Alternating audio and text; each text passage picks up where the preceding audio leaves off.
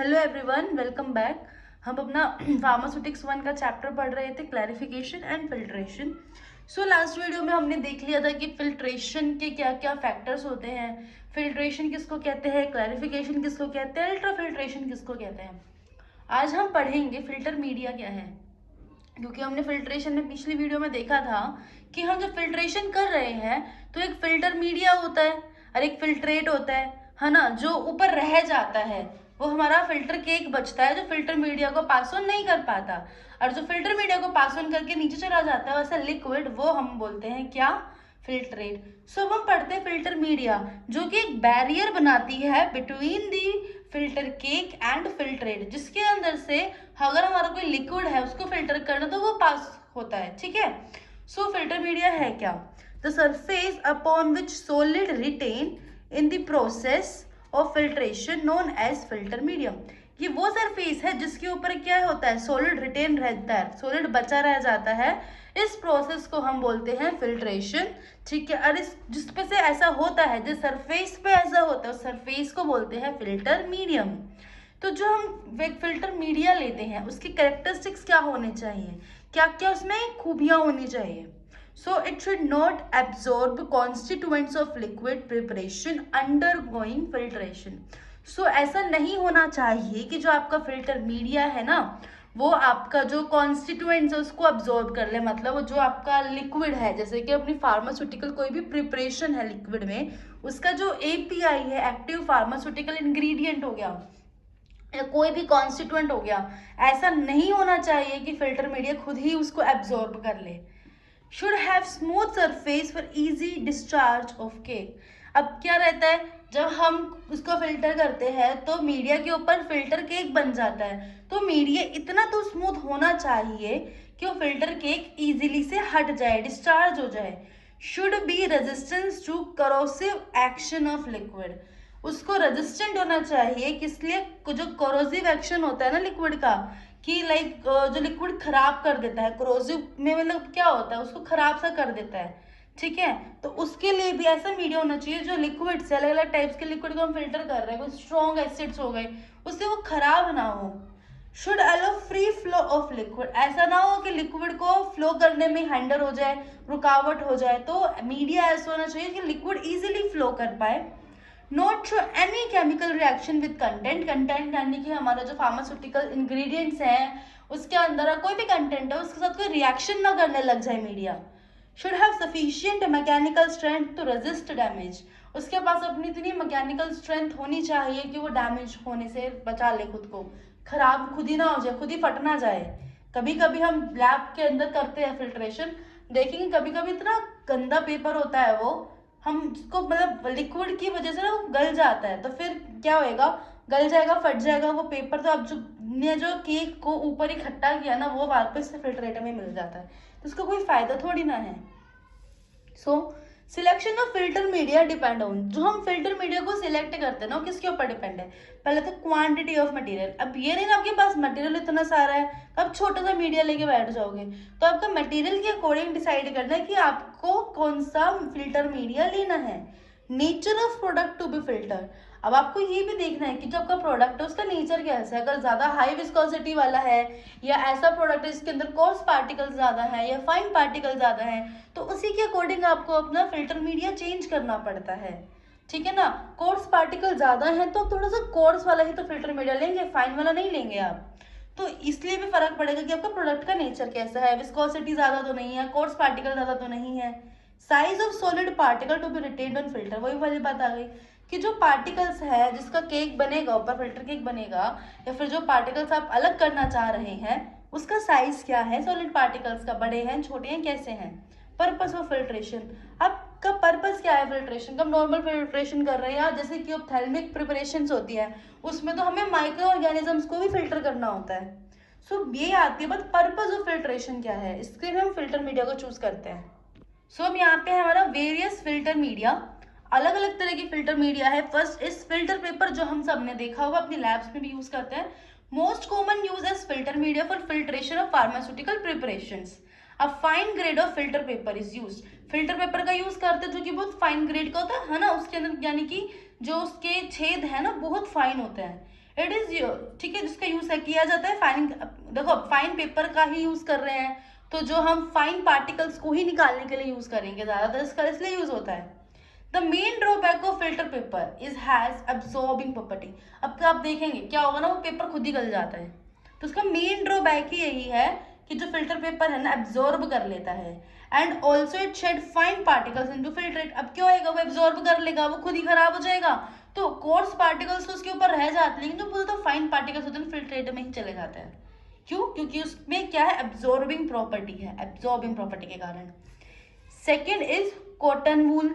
Cotton wool क्या होता है, generally use for filtering moderately coarse particles. Wool जैसे होता है रुई टाइप में होता है ये, तो इसको जो मॉडरेटली कोर्स पार्टिकल्स है, लाइक ज़्यादा ना छोटे ना ज़्यादा बड़े, ठीक है, उनको फिल्टर करने में हेल्प होती है। लेकिन इसमें भी डिसएडवांटेज क्या है, it shed fine cotton hairs in filtrate, कि कॉटन है, कॉटन के हेयर्स तो होंगे, वो कॉटन के हेयर्स फिल्ट्रेट में जाके मिल जाते हैं।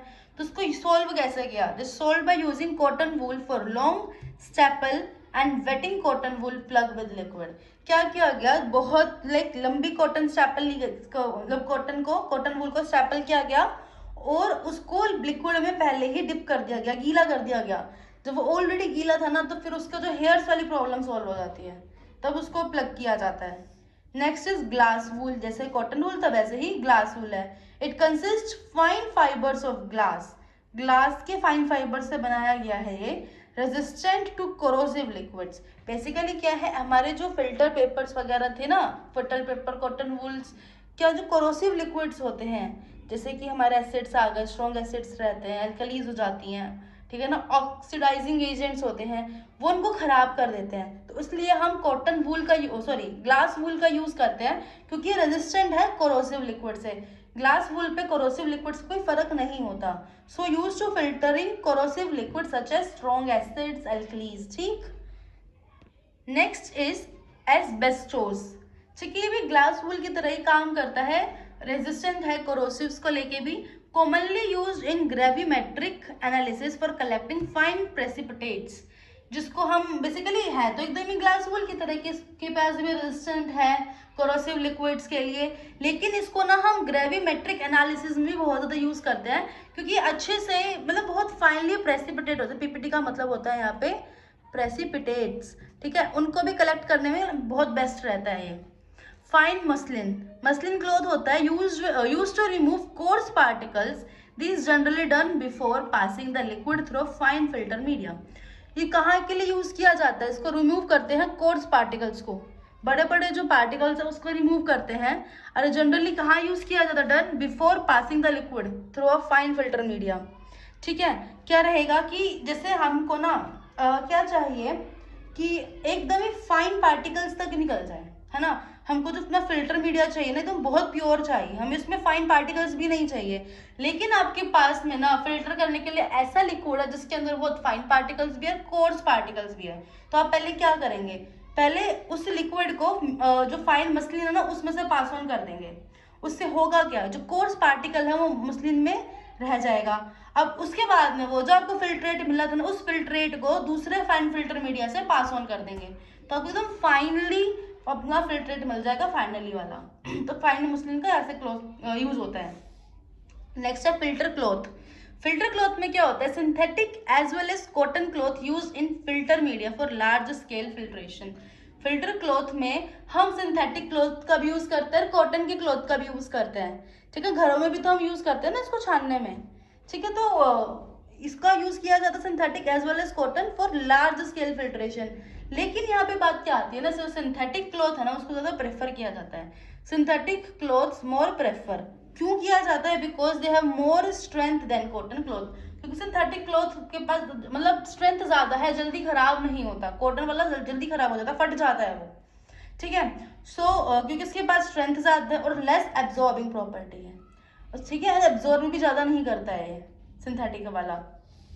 So next is membrane filters. Membrane filter में क्या है, ये बनते किससे है, made up of cellulose acetate या फिर सेल्यूलोज के और डेरिवेटिव से बन जाते हैं, नाइलॉन के बनते हैं, पीवीसी के, पॉलीविनाइल क्लोराइड के बनते हैं। इसको यूज कहाँ करते हैं मेम्ब्रेन फिल्टर्स को, use for remove micro organism. मैंने कहा था ना, तो हम लोग को देखना पड़ता है कि हमको पर्पस क्या है फिल्ट्रेशन का, तो जहाँ आपको माइक्रो ऑर्गेनिजम्स तक निकालने हो तो मेम्ब्रेन फिल्टर का यूज करेंगे। तो mainly use to remove micro organisms and very fine particle from ophthalmic preparations. Ophthalmic preparation बनाते हैं तो बारीक से बारीक चीज में आपको निकालने पड़ेंगे, तो वहां हम मेम्ब्रेन फिल्टर्स का यूज करते हैं। Last is sintered glass filter. Sintered glass filters में क्या होता है, मेड फ्रॉम बोरोसिलिकेट ग्लास। जो बोरोसिलिकेट के ग्लास होते हैं उससे बनाया जाता है इसको। Glass is powdered and sifted to produce uniform particles. Glass को पाउडर किया जाता है, जो बोरोसिलिकेट के ग्लास है उनको एकदम पाउडर फॉर्म में कर दिया जाता है, यूनिफॉर्मली पार्टिकल्स में इसको रखा जाता है। फिर इसको करते क्या, इसको हीट करते हैं, मेल्ट करते हैं और मोल्ड कर देते हैं इन फ्लैट एंड कॉन्वेक्स प्लेट्स में। जैसे अपना फिल्टर ऐसी ट्यूब रहती है ना फनल सी, इसमें क्या करेंगे, ये जो हमारे बोरोसिलिकेट के ग्लास है उसको हीट करके पिघला देंगे, फिर मोल्ड कर देंगे फ्लैट या फिर कॉन्वेक्स शेप में, जिससे फनल की शेप बन जाए। ठीक है, अब फनल की शेप बन जाती है, फिर उसको कहाँ यूज करते हैं, mainly use for filtration for parenterals. तो उसको फिर यूज करते हैं, फनल होता है, फनल के ऊपर ऐसे शेप्स में लगा देते हैं, उसको बिछा देते हैं पूरी फनल की शेप में ही। ठीक है, फिर इसको कहाँ यूज करते हैं, जो पेरेंट्रल्स को फिल्टर करने में यूज करते हैं, जो पेरेंट्रल्स बना रहे होते हैं मतलब इंजेक्शंस बना रहे होते हैं, तो यहाँ इसका यूज हो जाता है। सो यहाँ हमारा फिल्टर मीडिया खत्म होता है। नेक्स्ट वीडियो में हम नेक्स्ट स्टार्ट करते हैं। तब तक के लिए लाइक शेयर सब्सक्राइब करते रहिए और कमेंट्स में कोई डाउट हो तो पूछना जरूर। तब तक के लिए बाय बाय।